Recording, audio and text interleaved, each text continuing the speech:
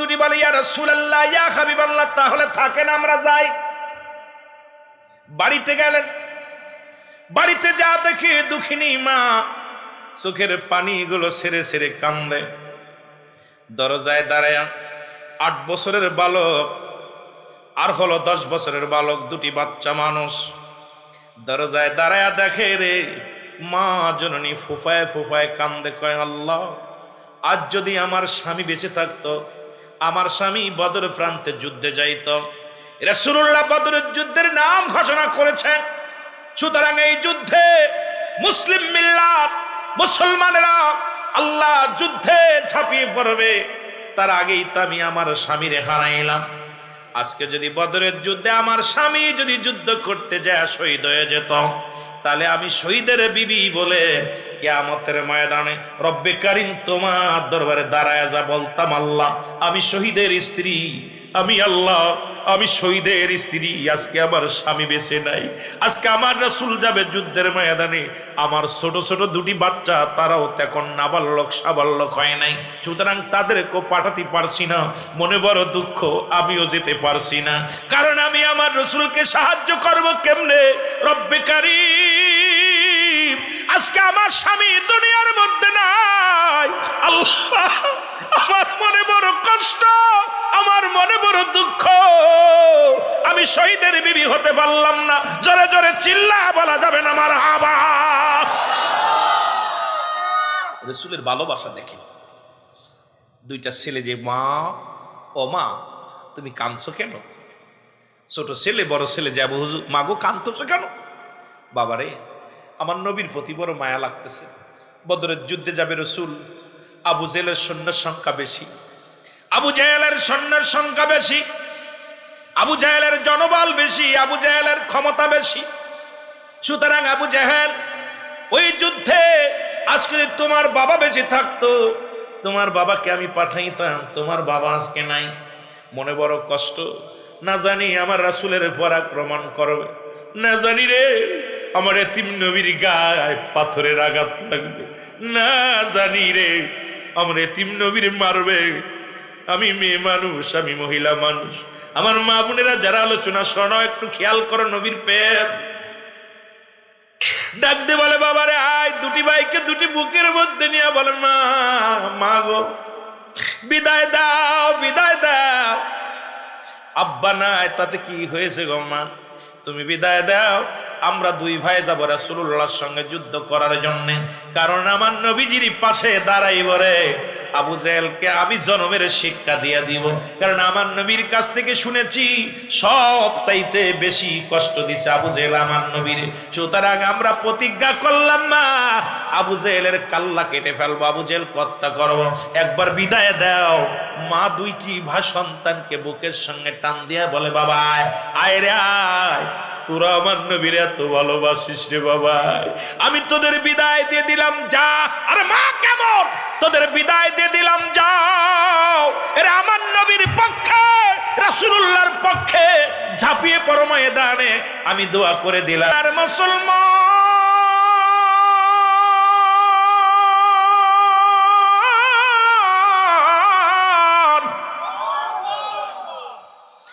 নবীজি ঘোষণা দিলেন যুদ্ধে যেতে হবে গো,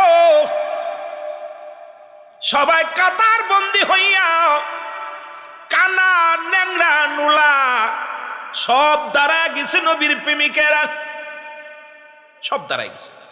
রাসূলুল্লাহ তাকায় দেখে কাম সারছে, ছোট ছোট বাচ্চারা কানাডা খুরাডা সব যুদ্ধে যাবে রাসূলুল্লাহর পক্ষে, সুবহানাল্লাহ বলেন না? এ ভাই শোনো, নবীকে কত ভালোবাসে রাসূলুল্লাহ। চিন্তা করলে এটা যুদ্ধের ময়দান, আবেগ দিয়ে কাজ হবে না, বাস্তবতা দরকার, আবেগে কাজ হবে না, বাস্তব দরকার। রাসূলুল্লাহ চিন্তা করে যাব যুদ্ধের ময়দানে, এই ছোট ছোট বালকরা দাঁড়াইছে, কানা খুরাডা দাঁড়াইছে, এ কি করবো, কানাডা দাঁড়াইছে, এ কি করবো? রাসূলুল্লাহ বললেন মাফ হবে, যুদ্ধের ময়দানে সেনাপতি হবে, যুদ্ধের ময়দানে সৈনিকেরা যারা হবে এদেরকে আমি মাফ দিয়া পাঠাইবো যুদ্ধের ময়দানে, সুবহানাল্লাহ বলেন না? কারণ ছোট ছোট মাসুম বাচ্চা যুদ্ধের ময়দানে না পারবে দৌড়াইতে, না পারবে একটা পাথর মারতে, নিজেরা আক্রান্ত হইব। রাসূল তো আসলে রহমতের নবী। নবীজি বললেন তোমরা কাতারে দাঁড়ায় যাও, আমি নবী আজকে সিলেকশন করব তোমাদের কাকে কাকে আমি যুদ্ধের ময়দানে পাঠাবো।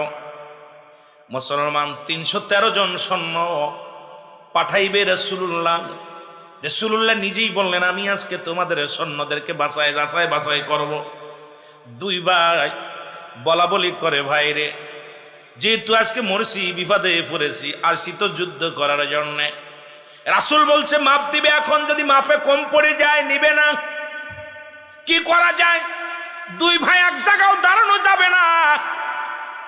বড় ভাই ছোট ভাইকে বলে তুই ওই জায়গা দাঁড়া, 3-4 জনের সামনে যেয়ে দাঁড়া, আমি আর একটু পিছিয়ে দাঁড়াই। কারণ দুজন দু লাইনে দাঁড়ায়। উনি যে একটা টিলার উপরে, একটা পাথরের উপরে দাঁড়াইলেন বড় হওয়ার জন্যে। রাসূল মাপতে মাপতে যায় বড় ভাইয়ের কাছে গেলেন, মারহাবা বলেন না, ওনার গায়ে হাত দিলেন, দিয়া কয় বাবারে তুমি এখানে দাঁড়াইছো কেন? বলে হুজুর আমি যুদ্ধে যাব। 10 বছর বয়স। কয় বছর? এই যুবকেরা কয় বছর? 10 বছরের ফুলাকে আমি যুদ্ধে যাব। নবীজি কয় তুমি ছোট মানুষ। এদিকে কয় হুজুর আমি তো বড় হওয়ার জন্য এনে দাঁড়াইছি। সুবহানাল্লাহ বলেন না। কত বড় বুদ্ধি দেখছেন নি?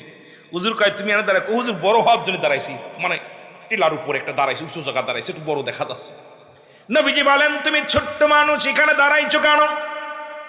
বলি ইয়া রাসূলুল্লাহ ইয়া হাবিবাল্লাহ আমি যুদ্ধে যাব। নবীজি বললেন তুমি কি বলতে চাও? তোমার মা বাবা, তোমার বাবার কাছ থেকে অনুমতি নিয়ে আসো।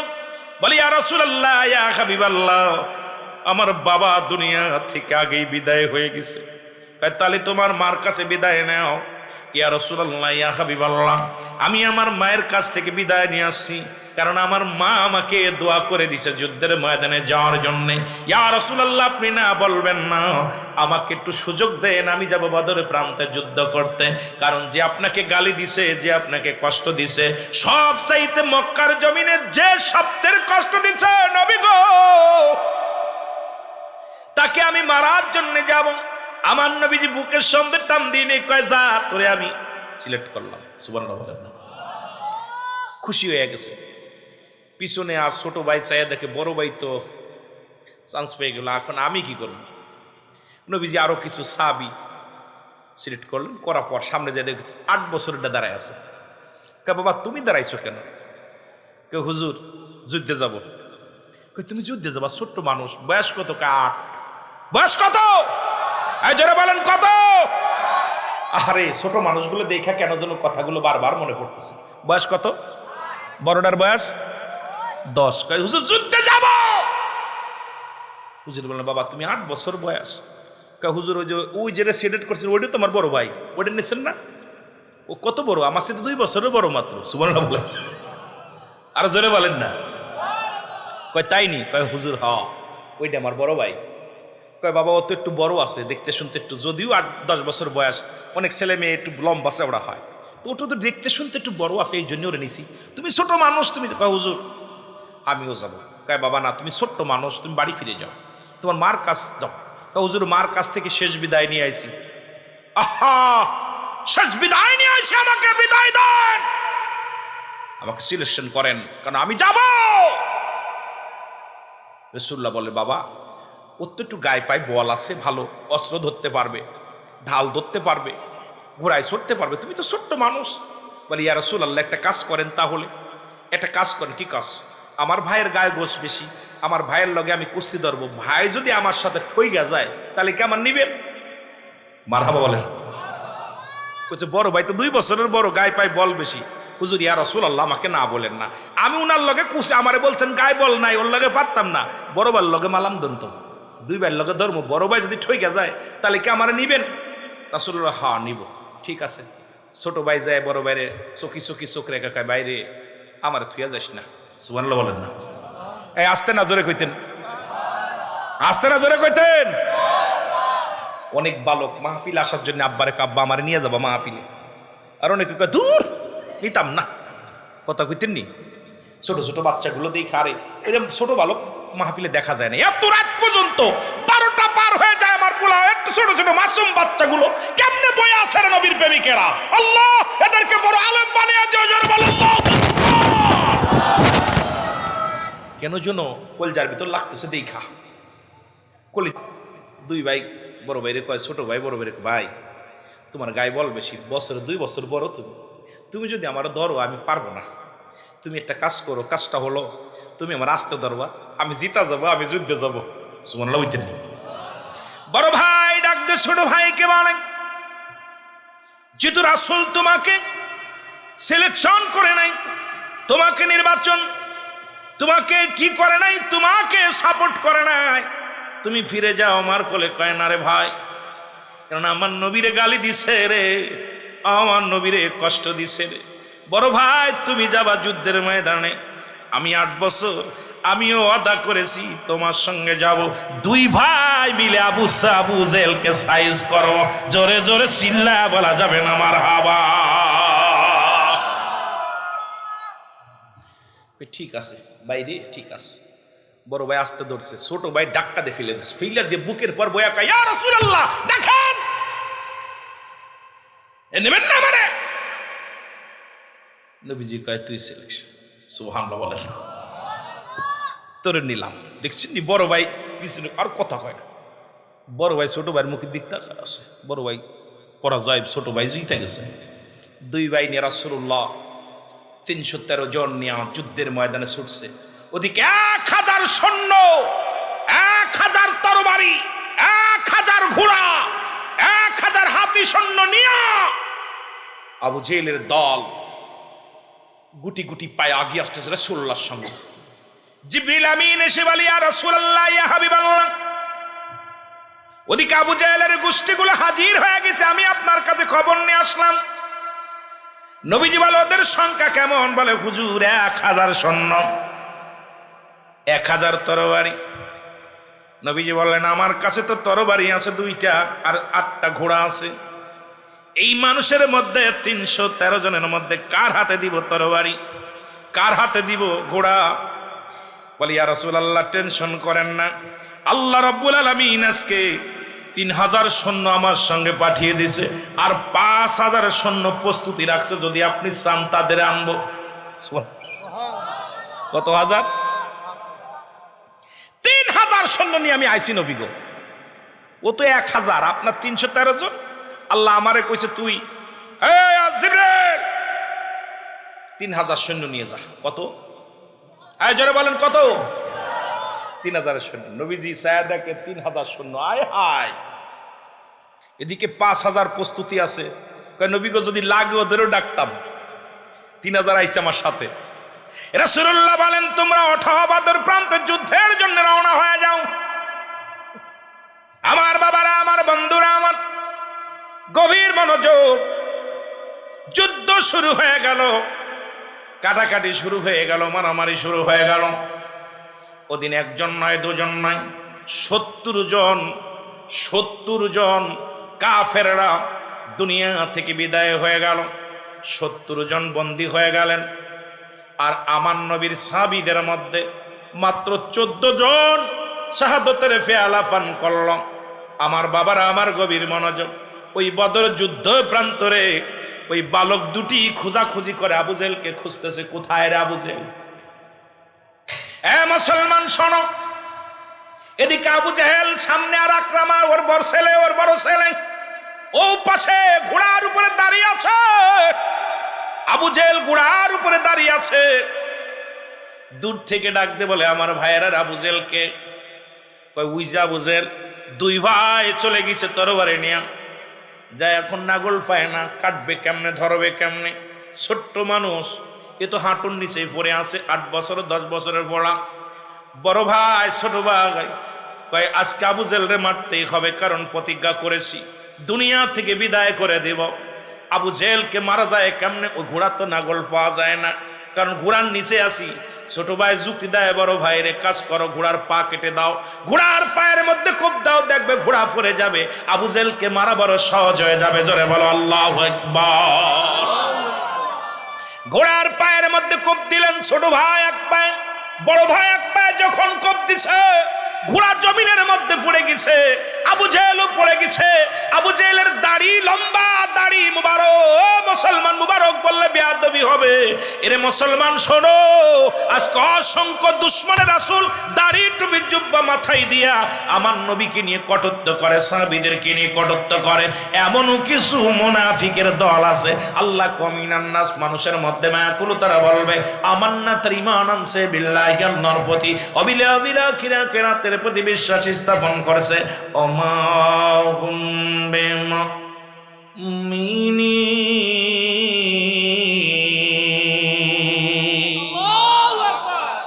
ওই মুনাফিক,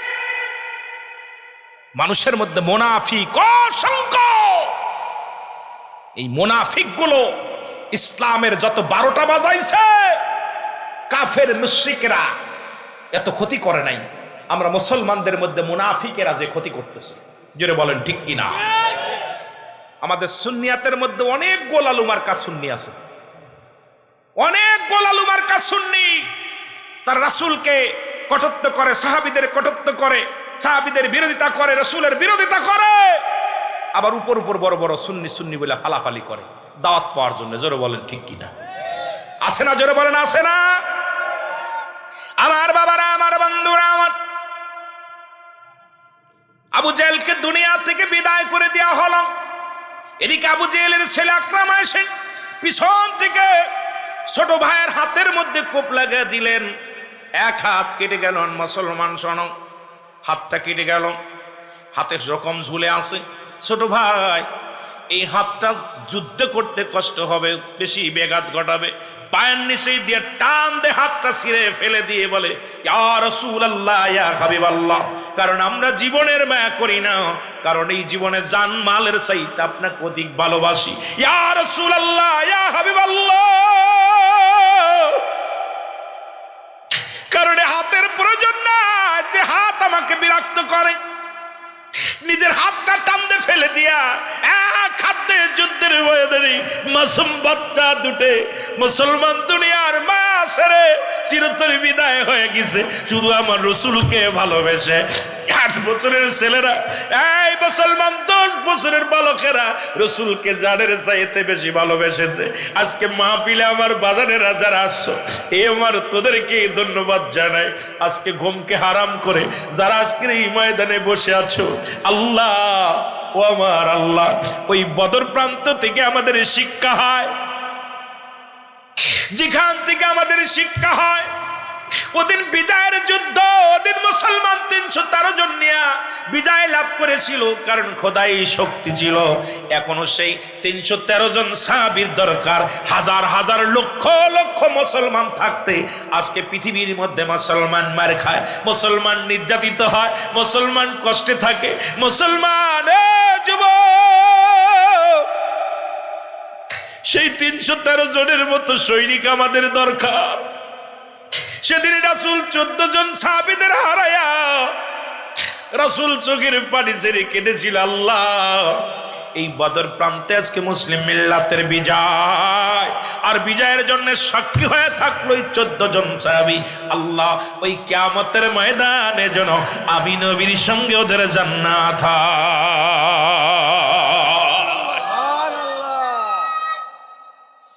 এই জন্য আমি আপনাদেরকে বলে যে আজকে জীবন জীবন নয়,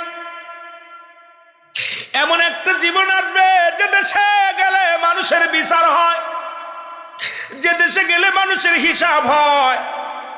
মানুষের 3টা বিপদ। নাম্বার 1 হলো মানুষের মরণ। 1 নাম্বার কি? জোরে বলেন, 1 নাম্বার কি? একটু জোরে বলা যাবে না? 1 নাম্বার কি? 2 নাম্বার কবর, 3 নাম্বার কিয়ামতের ময়দান। মানুষের সবচাইতে বড় বিপদ হলো মানুষের 1 নাম্বার মরণ। 1 নাম্বার কি? মরণ নাই কার কার? একটু হাত তোলেন।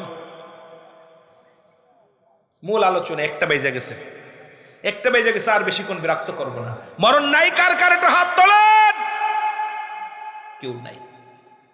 পৃথিবীর মধ্যে 1 নাম্বার হলো মরণ। এই মরণের কথা বলতে যাইয়া আল্লামা মুফতি আমজাদ আলী সাহেব একটা কিতাব লিখলেন। কিতাবের নাম বাহারে শরিয়াত। এই কিতাবের মধ্যে লিখতে যা বললেন, দুনিয়ার মানুষ শোনো, মানুষ যখন মারা যায় 70টা তাজা উটের গায়ের চামড়া জবাই না করিয়া উল্টো দিকে টান দিয়া লবণ আর মরিচ লাগায় দিলে যতটুকু যন্ত্রণা হয়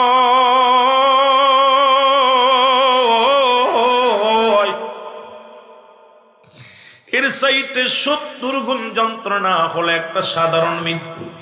এখন আমরা যারা মরণকালে পায়খানা করে দিই, মরণকালে যারা প্রস্রাব করে দিই, অনেক মানুষ মরণের সময় জিহ্বাটা বড় হয়ে যায়। কত মানুষের কাপন পরাইলাম, কত মানুষের দাফন করাইলাম, কত মানুষ মৃত্যুর পরে জিহ্বাটার ভিতরে দেওয়া যায় না। ওই মানুষগুলো মৃত্যুর পরে চোখ দুটি বন্ধ করা যায় না। হাজারো চেষ্টা করে চোখ দুটি খোলা রয়েছে, বন্ধ করা যায় নাই রে।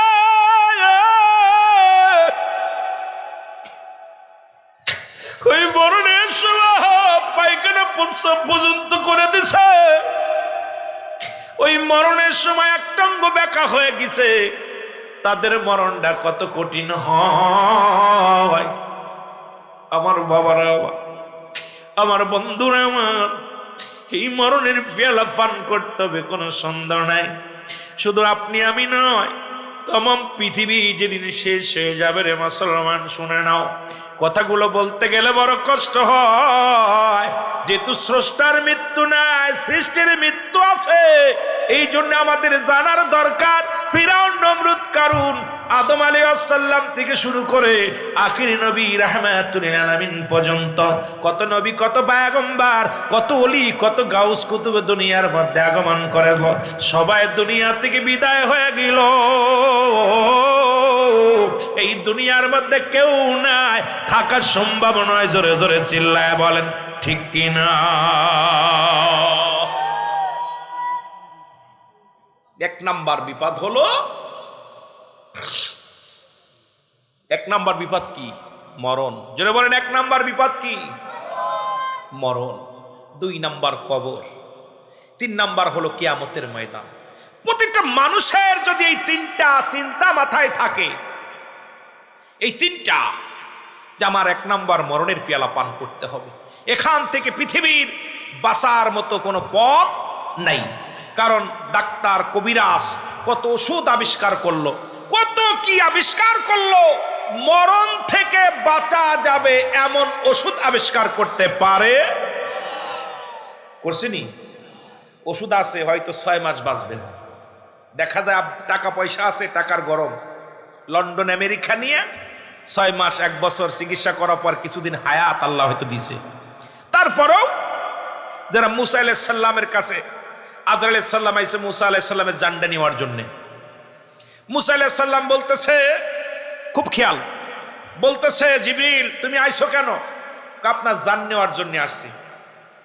তা আপনি কি যাবেন না থাকবেন? খুব খেয়াল, আপনি কি যাবেন না থাকবেন?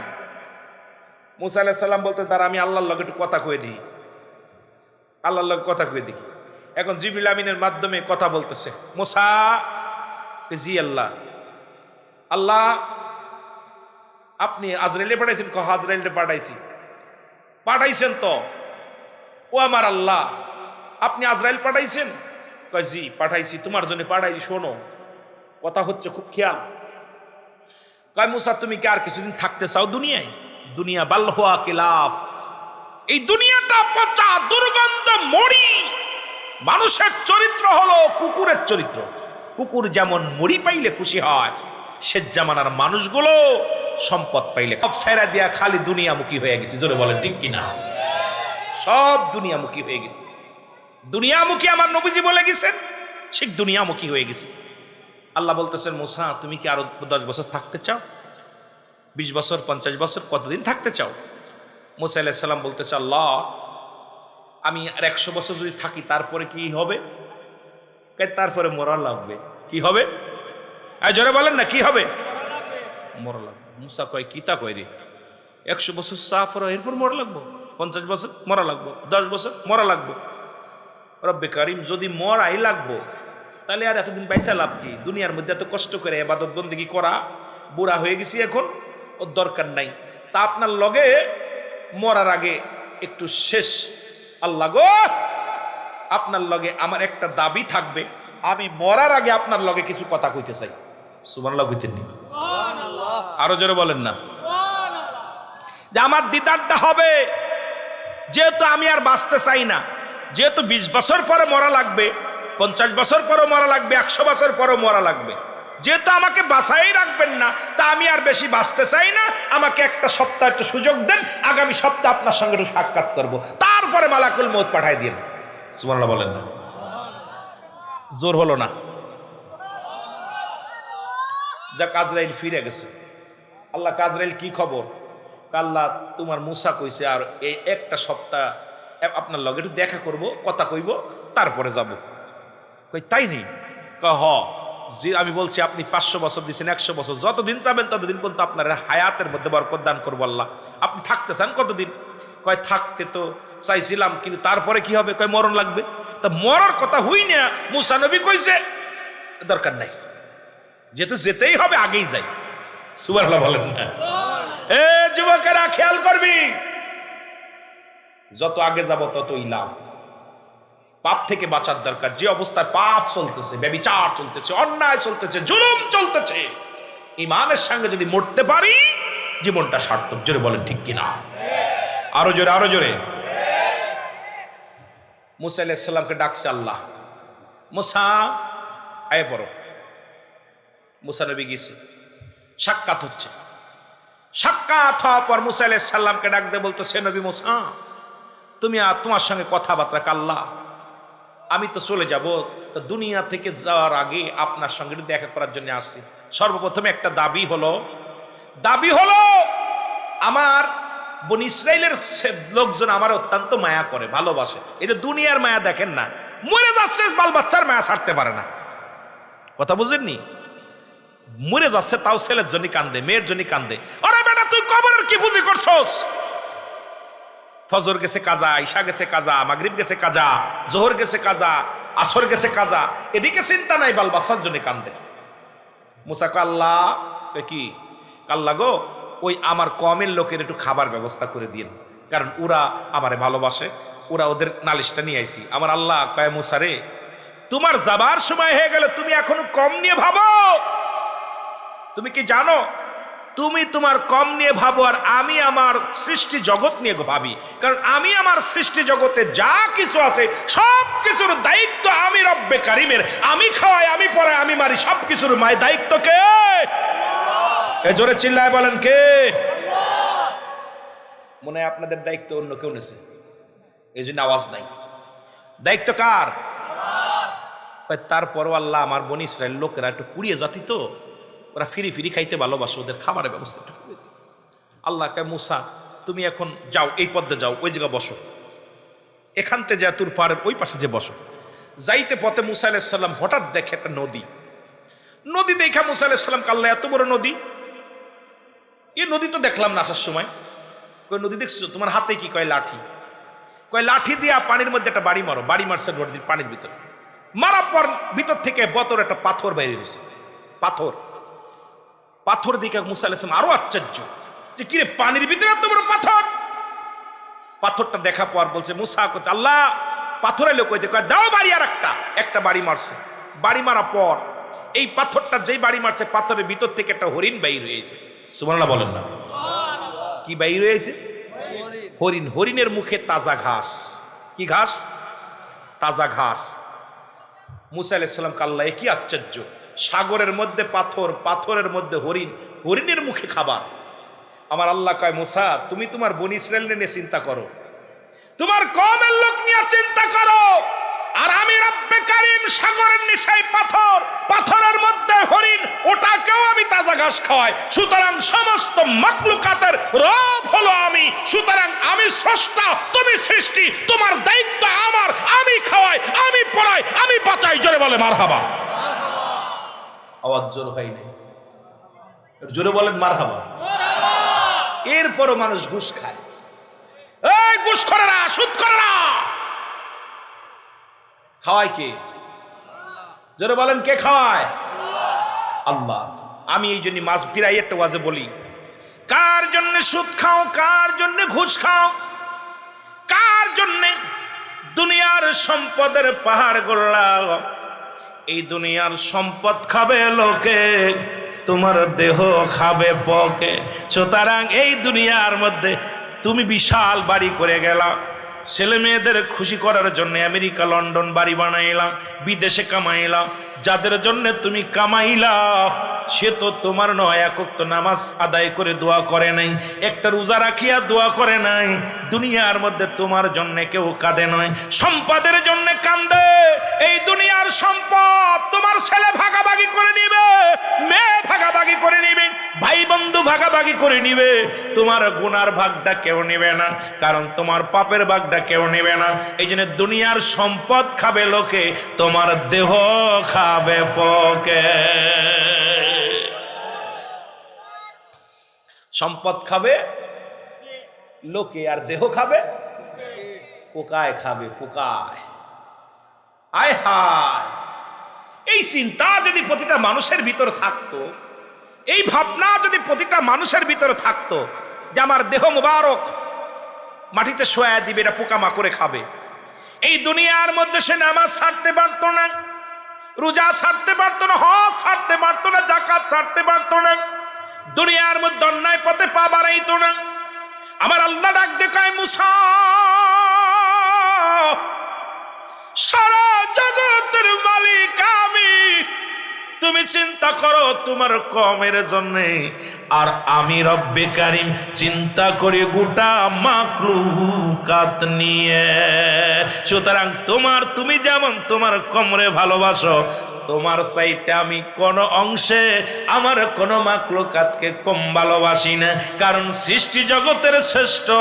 তুমি শুনে নাও, এই মানব জাতি শুধু নয়, তামাম পৃথিবীর যত মাখলুকাত আছে রে মুসা, সব মাখলুকাতের অন্য দাতা হলাম আমি। মুসা আলাইহিস সালাম লজ্জা পেয়ে গেছে। এত লম্বা আলোচনা করা যায় না, আপনাদেরকে এটুকুই বোঝা উচিত যে যেহেতু আল্লাহ খাওয়ায় আল্লাহ পড়ায়, তাহলে সুদ খাওয়া যাবে না, ঠিক কি না? কথা কন, ঠিক কি না? যে না খেয়ে আছে তারও দিন যাচ্ছে। আপনারা কমলাপুর রেল স্টেশনে যাবেন, যা দেখবেন আইরে কষ্ট। কমলাপুর রেল স্টেশনে গেলে মানুষের কান্না দেখলে আপনি জীবনও আর এই সুদ ঘুষ পাবেন না। কত মানুষ বালিশ নাই, খেতা নাই, লেপ নাই, সারা রাত টুকায়, খাবার নাই। আহা, এই দেখে আপনি জীবনে, আমার মনে হয় এই জন্যই আল্লাহ পাক রসুল সাল্লাল্লাহু আলাইহি সাল্লাম আপনাদেরকে এমনি জন্য এই হিজরত করতে বলছে, আপনার কি করছে, ভ্রমণ করতে বলেছে, কারণ দেখে আসেন না। আপনাদের বেশি দূরের দরকার নেই, আপনি এই যে সিলেটের রেল স্টেশনে যাবেন, যা দেখবেন কত মানুষ কত অসহায়, কারোর রাতে জামা, কারোর কাপড় নাই গায়ে, কারোর খেতা নাই, কম্বল নাই, খাবার নাই। আপনি ওর চাইতে কত ভালো আছেন, আপনি কত ভালো আছেন, দিন ভিখারি তারা, আর আপনাকে আল্লাহ কত সুন্দর রাখছে, এরপরও নাফরমানি, তার মানে কপাল পুরা। মুসা আলাইহিস সালাম মুসলমান, শোনা নাও, মুসা আলাইহিস সালাম আল্লাহ ডাক দেখায়, নবী মুসা যাও, কথাবার্তা শেষ, বিদায়। মুসা আলাইহিস সালাম বড় লজ্জা পেয়ে গেলেন, মাথা নত করে চলে আসলেন। আসার পথে দেখে রে, হাঁটতে হাঁটতে সে দেখে বিশাল কয়েকজন মানুষ কবর খনন করতেছে। কয়েকটা মানুষ তারা কবর খনন করে। মুসা নবী আস্তে আস্তে গুটি গুটি পায়া গায়ে গেলেন, যে বলতেছে, ভাই এলাকায় তো কোনো মানুষ দেখি না, এলাকার মধ্যে কোনো মানুষ নাই, তবে আপনারা কার কবর খনন করেন তা তো বুঝলাম না। কয়, নবী মুসা রে, আপনারা তো আমার নাম জানেন। কয়, কেন জানবো না, আপনি এই জামানার নবী, আপনি মহল্লার নবী, আর আমরা এই দেশের বসতি, আপনাদের তো জীবনে দেখি নাই। কয়, দেখবেন কেমনে, আমরা পাহাড়ি এলাকার মানুষ। মুসা নবীকে আমি সাহায্য করব। মুসা নবীর হাতে কোদাল ধরাইয়া দিলেন, খুন্তা ধরাইয়া দিলেন। কয়, ভাই রে, আমরা আপনার সাথে সহযোগিতা করব, আপনিও কবরটা খনন করেন। মুসা নবী সুন্দরভাবে কবরটা খনন করলেন। খনন করিয়া এবার মুসা নবী ডাক দে, কয়, ভাই রে, যে লোকটার এখানে শোয়াইবেন তার মাপটা কেমন? এবার ডাক দে কয়, ভাই, যে লোকটারে শোয়াইব দেখতে শুনতে চওড়া লম্বা আপনার মতো, কারণ আপনি যত লম্বা, এই সেই মানুষটা, যে মানুষটা এখানে ঘুমাইবে সেই মায়া তো এত লম্বা। আপনি যত চওড়া, ওই মানুষটা এত চওড়া। সুতরাং এই কবরটার মধ্যে যাকে রাখবো, আপনার মা পাত্তার মা ঠিক আছে।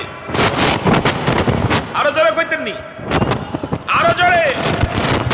মুসা আলাইহিস সালাম সুন্দর কবর খনন করলেন। কবরটা খনন করার পর দাঁড়ায় আছে। নবী মুসারে ডাক দে, বলে নবী মুসা, বেয়াদবি মনে করবেন না, যেহেতু যে লোকটার এই কবরের মধ্যে রাখবো তার মাপটা ঠিক আপনার মতো, আপনি যদি একটু কবরের মধ্যে গড়ে দিতে দেখতেন, আপনার মাপ যদি ঠিক হয় সেই লোকটার মাপ ঠিক হবে, একটু আপনি কবরে কি শুইবেন?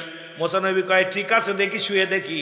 মুসা আলাইহিস সালাম যখন কবরের মধ্যে শুইছে, শুয়া মুসা নবী ডাক দে কয়, রব্বে কারীম, এই নির্জন কবর।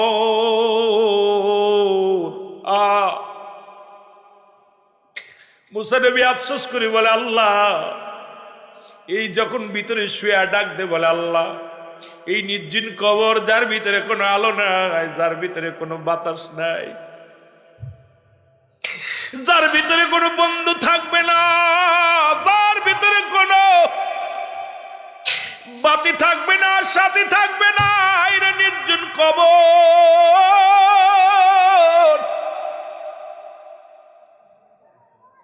হায় রে, হায় রে, নিষ্ঠুর কবর। আজকে কবরবাসীদের স্মরণের মাহফিল, খুব খেয়াল করবেন বাবারা আমার। মুসা আলাইহিস সালাম ডাকতে কই, রব্বে কারীম, যুগ যুগ যারা শুয়ে আছে কেমনে আছে? এই জায়গাটা সবার আসতে হবে আল্লাহ। এখানে বুঝি আমি মুসার শেষ ঠিকানা হয়ে যাবে, যে জল্পনা সেই কল্পনা। আল্লাহ কয়, জিবরিল, আজরাইল রে, যাও, আমার নবী মুসা আপেল পছন্দ করে, যাও জান্নাত থেকে একটা আপেল নিয়ে যাও। জান্নাত থেকে একটা আপেল নিয়ে মুসা নবীর হাতের মধ্যে দিয়া একজন ফেরেশতা কয়, হুজুর, এই লন, আপনি আপেল পছন্দ করেন।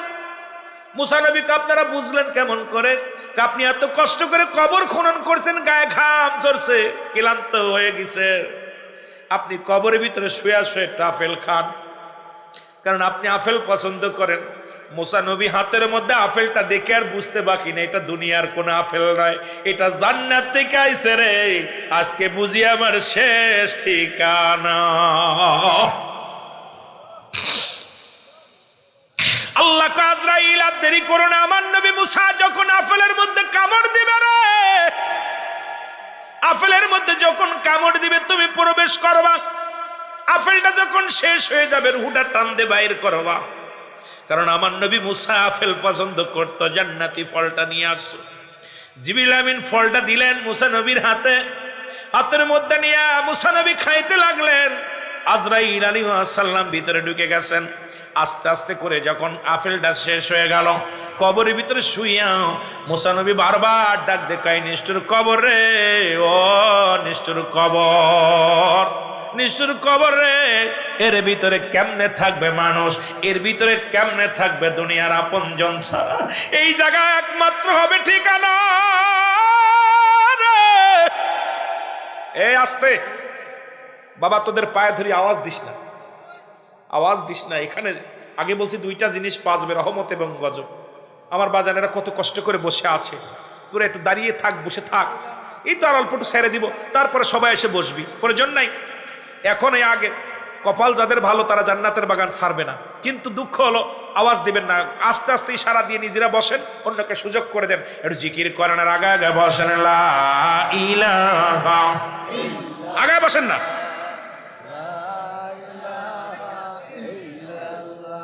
আরে লা ইলাহা, আরো জোরে লা ইলাহা, আরো জোরে লা ইলাহা, এর নাই কোন মাবুদ আল্লাহ ছাড়া, বলো নাই কোন মাবুদ আল্লাহ ছাড়া, এর লা ইলাহা ইল্লাল্লাহ, বলো লা ইলাহা, জবান খোলে লা ইলাহা, এই অনেক জায়গা সামনে আছে, লা ইলাহা। এই আসমান সুন্দর, জমিন সুন্দর, আসমান সুন্দর, জমিন সুন্দর, আরো সুন্দর গাছপালা, এর সে সুন্দর এই জগতে আমার নবী কামলিওয়ালা লা ইলাহা। এই আগায় বসেন না সবাই, সবাই একটু আগায় বসেন, ভাইদের বসতে দেন। লা ইলাহা, জবান খোলে লা ইলাহা। তুমি কাউকে বানাইলা নবীরুল্লাহ, তুমি কাউকে বানাইলা খলিলুল্লাহ, বলো কাউকে বানাইলা নবীরুল্লাহ, তুমি কাউকে বানাইলা খলিলুল্লাহ। আইরে নূর মুহাম্মদ সাল্লাল্লাহ, বলো নূর মুহাম্মদ সাল্লাল্লাহ। আরে লা ইলাহা ইল্লাল্লাহ, বলো লা ইলাহা, লা জোরে লা ইলাহা। আগে বসেন। লা ইলাহা, লা ইলাহা ইল্লাল্লাহ মুহাম্মাদুর রাসূলুল্লাহ। এ ভাই, কমিটির ভাইরা বেজাল বাদায়েন, ওটা নিজেরা সোজা করে নিবে। দেখো আপনাদের লাগবে না, এলাকার মানুষগুলো ভালো দেখবেন, এমনি বয়া পর বসেন। আপনারা বসেন, আপনারা বসেন, আপনারা বসেন। আমার কমিটির ভাইরা নিজেরাই, আপনারা দেখবেন আমার ভাইরা এমনি বয়া পড়বে। দেখছেন না কত সুন্দর ছাতক পাখির মতো বসে আছে। সবাই তো দুয়ার কাঙ্গাল, সবাই আমরা দিন ভিখারি, কেউ আপনার, সবাই চাই কিছু আল্লাহর কাছে। সবাই সুতরাং ডিস্টার্ব করবেন, এদেরকে ডিস্টার্ব করবেন না। হ্যাঁ বসেন, কথা বলেন, বসেন। মহব্বতের সঙ্গে দুরূদ শরীফ পড়েন। আল্লাহুম্মা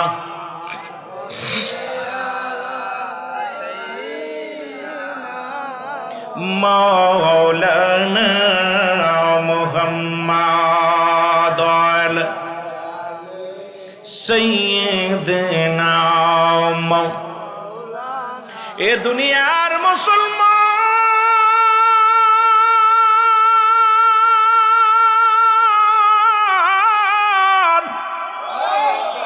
মুসা নবীর কাছে আজরাইল যখন হাজির হইছে রে, আজরাইল যখন মুসা নবীর কাছে আক্রমণ করলো, মুসা নবীর পায়ের বল চলে গেল, মুসা নবীর হাতের বল চলে গেল, মুসা নবী মুসা সাল্লামের বুকের ভিতরে রুহুটা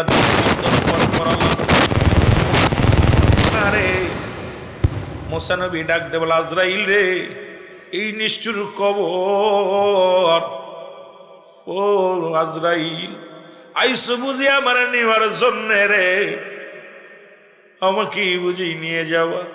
আজরাইল বলে, আল্লাহ নবী মুসা রে, রব্বি করিম আমারে পাঠায় দিছে, এখনই আপনার বিদায় ঘন্টা বেজে যাবে। মুসা আলাইহিস সালাম ইমানের সঙ্গে দুনিয়া থেকে বিদায় হয়ে গেল। জোরে জোরে চিল্লায় বলা যাবে না মারহাবা। আমার আল্লাহ বলে যে, ফেরেশতা মুসাকে উঠাও, মুসা নবীরে উঠাও। সুবহানাল্লাহ বলেন না, কবর থেকে উঠাও।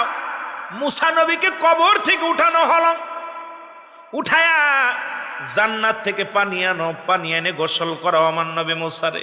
আহারে কত ভাগ্য বাবারে, শুনে নাও। আমার নবী মুসা রে আমার পাগল ছিল, আমি না আল্লাহর সঙ্গে কথা বলতো। আমার কাছে 450 বার জিবরিলে পাঠাইলাম। কতবার? 450 বার। জিবরিল আমিন রে, তুমি গিয়েছো আমি আমার নবী মুসার কাছে, আমার বন্ধুর কাছে।